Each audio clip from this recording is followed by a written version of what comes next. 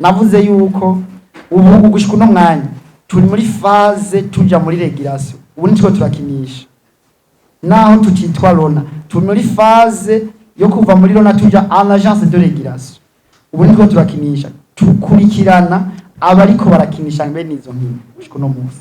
gushika yaho rero bibaye officiel, kuko nababwiye yuko itariki 31 z'ukwezi kwa mbere mwaka wa 2024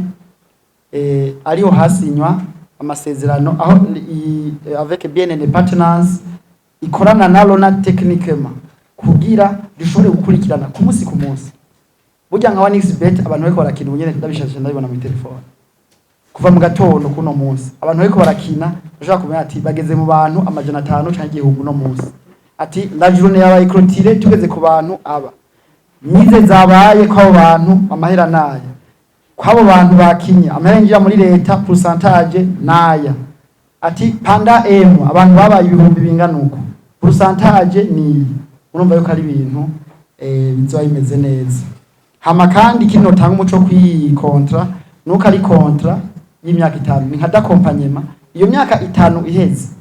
le partenaire acavamo yose iciba Rona ikurikirana, nuvuga yuko na pourcentage le partenaire yaronka